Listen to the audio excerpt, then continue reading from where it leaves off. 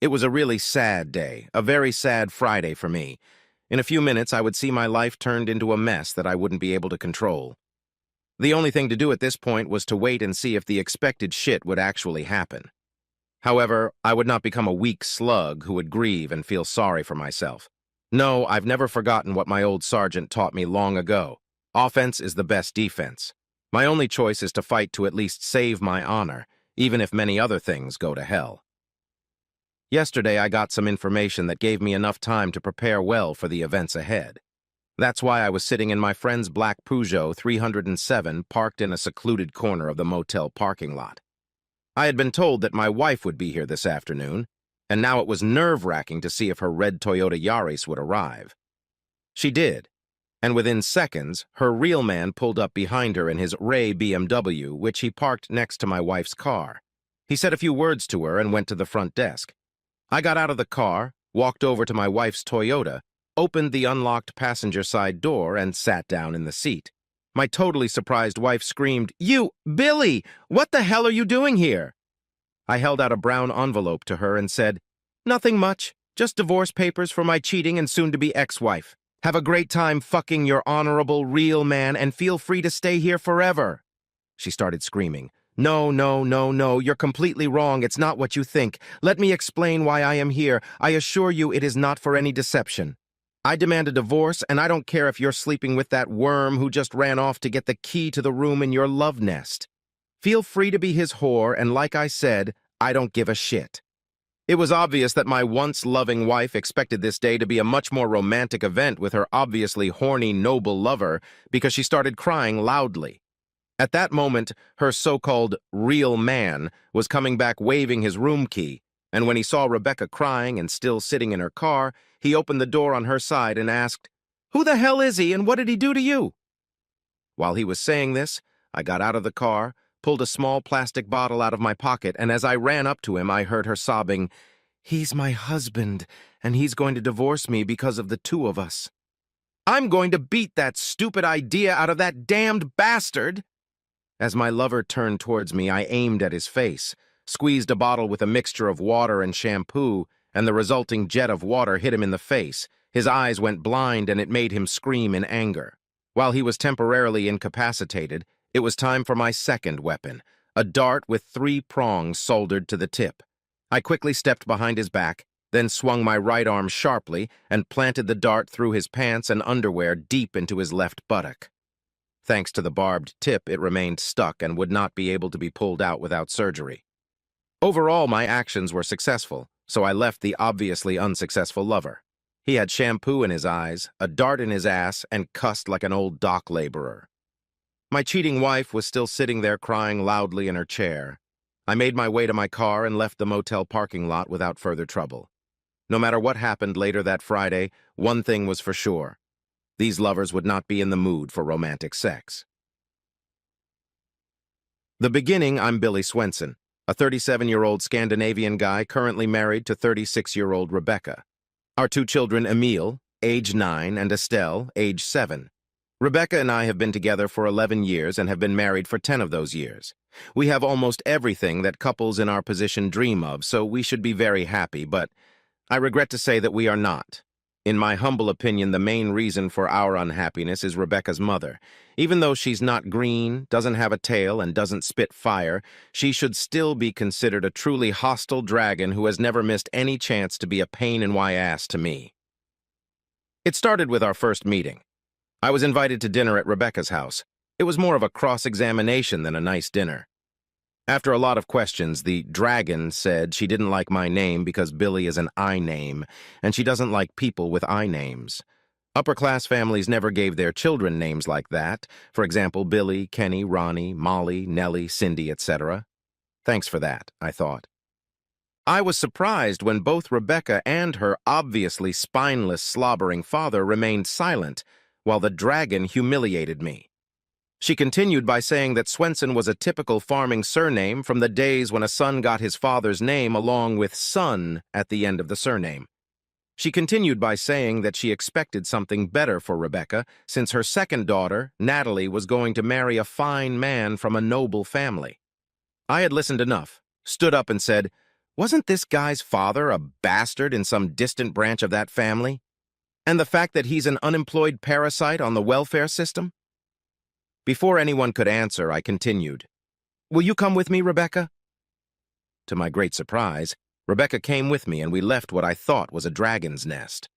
I'd known Natalie's boyfriend Alexander since my high school days and wasn't surprised that he, with his cheating skills, had led Rebecca's strange mother to consider him God's gift to Natalie.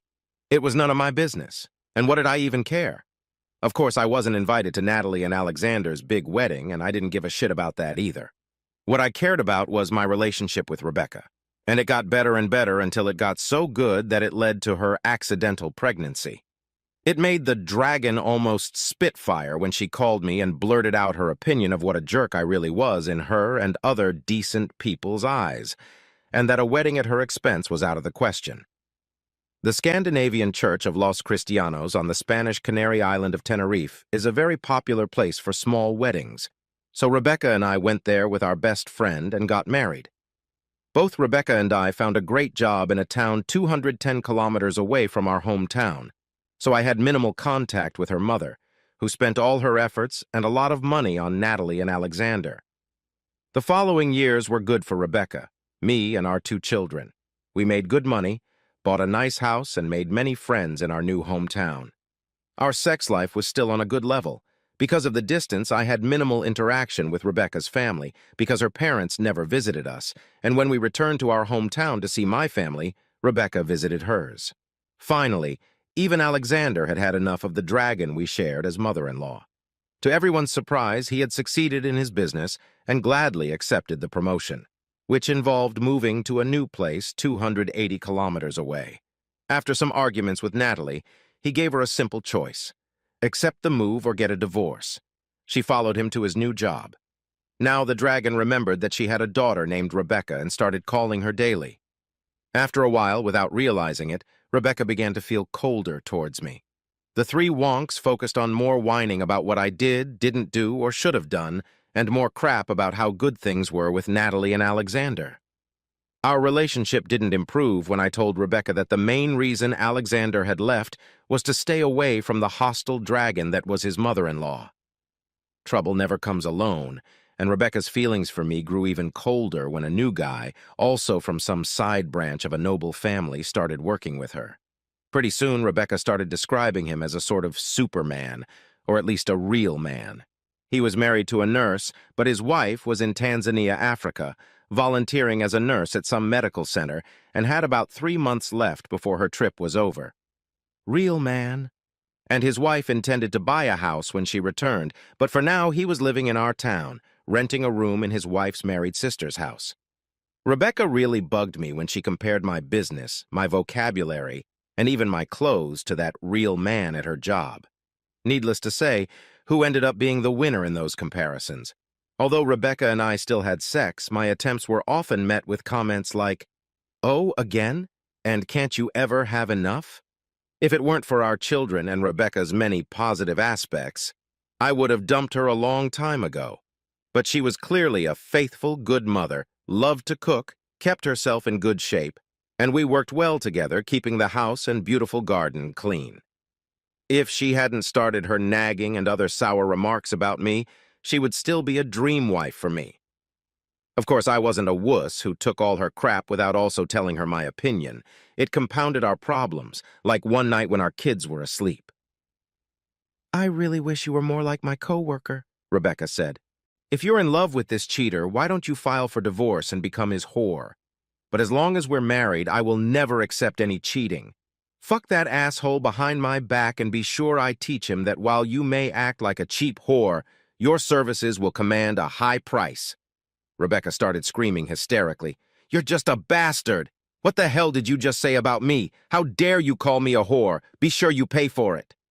"Wouldn't it be better if your customers paid?" I shouted back. Before she could answer anything nasty, 2 frightened and crying children came up to us, and I started doing my best to calm them down. 2 very cold weeks followed after her outburst. The first weekend, she and our kids went to visit her parents, and then the next weekend when Natalie and Alexander came to visit us. Rebecca played good wife and was nice to me until our guests left Sunday morning. When we waved goodbye to them, she said, "Don't be naive to expect any favors from me." The following Thursday, everything went downhill when one of Rebecca's co-workers called me at work and after a brief introduction got straight to the point. "We have a new, very charming guy at work, and 3 of his female co-workers are competing to seduce him. Your wife, me, and another single girl. Although we begged your wife to leave it alone since she's already married to a good man, she refused to listen to us. Now she's damn proud and bragging that she won our contest and is going to the motel with him tomorrow after lunch." I thanked her and convinced her to keep that call a secret so I could do something about our problem. Back home after work, I watched Rebecca and felt that she was a little more cheerful than usual. After the phone call, I started thinking about what the old sergeant had said during my Army service. He was a big fan of the Apache warriors in the old Arizona Territory and their tactics of surprise, attack, and then disappear. I had no experience in street fighting, so my only chance to win was to do what those old warriors did. Rebecca boasted to me of a real manly black belt in some Japanese martial sport, so the element of surprise was very important. Pepper spray would have been great, but it's banned and unavailable in this country, so I had to find a simple alternative. A small plastic bottle of hair shampoo and water would have been my weapon of choice, and it worked well after the painful ordeal in my own eyes. The sergeant told us a lot about how amazingly effective silent arrows with jagged tips from a well-concealed ambush created fear among soldiers during the Arizona border wars. Of course, I couldn't use a bow and arrow against Rebecca's lover, but the idea led me to my little workshop in the basement. I took the nearest thing that was available, a dartboard. By soldering 3 1-centimeter-long pieces of sewing needles at a slight angle around the tip of the dart, I made a serrated tip. Hopefully, it would be difficult to remove it from some soft part of the body without surgery in a hospital. I had not the slightest desire to test this weapon on myself. After some thought, I had a simple plan without having to buy sophisticated equipment for my actions. The divorce papers issued to Rebecca and her lover, blinded for a few seconds, would give me time to stick a barbed dart in his ass. I doubted he would continue to be interested in having sex with my whore wife, at least as long as he had that dart in his ass. The next morning, Rebecca wore a rather sexy dress, but I pretended I didn't see anything strange about it and avoided comment in every way possible. We both behaved as usual on Friday morning. At my job, I traded cars for the day with my coworker and good friend Eric. We often did this when he needed my Volvo V70 instead of his own, smaller Rougeau 307. I went to the courthouse in the morning to get divorce forms and filled one out at my office. After a short search, I managed to contact the charity's head office in Tanzania and got the email address of my lover's wife, Rebecca, there. I drove to Rebecca's workplace on my lunch break and found both her and the lover's car still in the parking lot. Apparently, they had eaten lunch at a nearby restaurant before heading to the motel. So I bought a couple hot dogs and headed to the motel to wait for them. As you already know, the lovers arrived at the motel and my actions went exactly as planned. Thus, my time in the Army was not completely wasted, and I felt grateful to the old sergeant. At 4:30, my home phone rang, and the same female voice that had informed me of Rebecca's trip to the motel yesterday asked me, "Did you go to the motel today and see what you expected to see?" "Thanks for calling. Yes, I was there, but your coworkers were not happy to see me." I tried to cheer my wife up with divorce papers, but that gift somehow didn't make her any happier. This man threatened to hit me, so I had to defend myself, and he got some damage to his butt. I guess my wife took him to the hospital. It wasn't a very romantic date, at least in my opinion. Is that true? Oh, yes, it is. I have no reason to lie to you. My wife isn't home yet, but feel free to call her cell phone and ask. Of course, I can't guarantee she'll tell you the whole truth.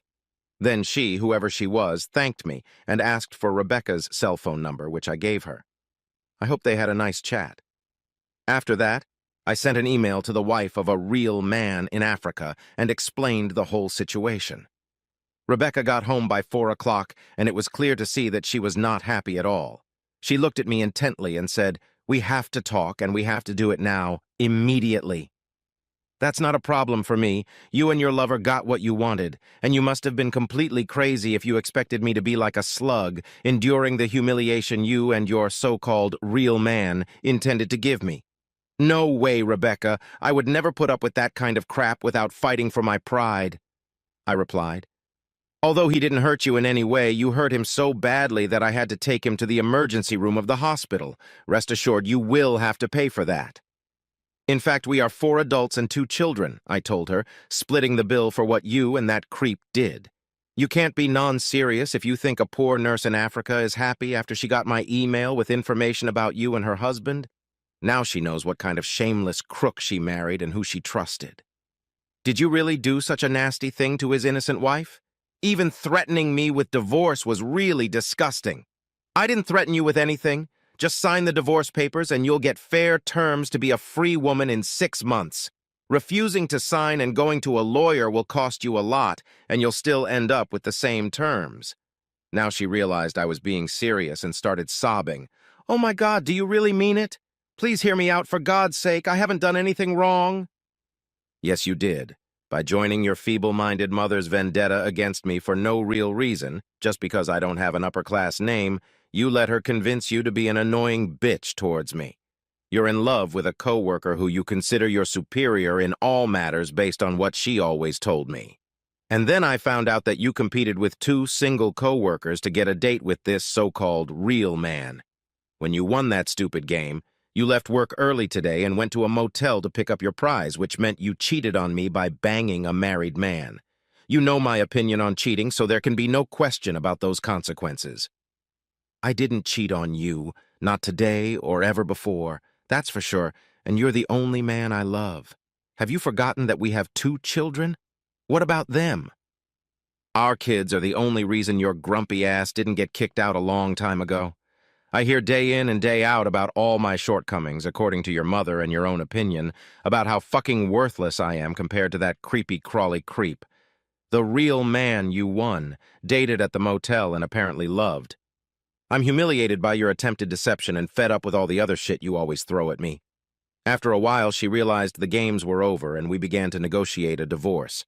Rebecca signed the papers after I agreed that we should both continue to live in our house and not date anyone else for those 6 months until the divorce was final. Epilogue. This epilogue is written 6 weeks after my actions in thwarting Rebecca's attempted cheating. Strange things have happened in what is left of my marriage. I had discovered a good wife, a really very good wife indeed. Rebecca has turned into a completely different woman who has obviously forgotten how worthless I was just a few weeks ago.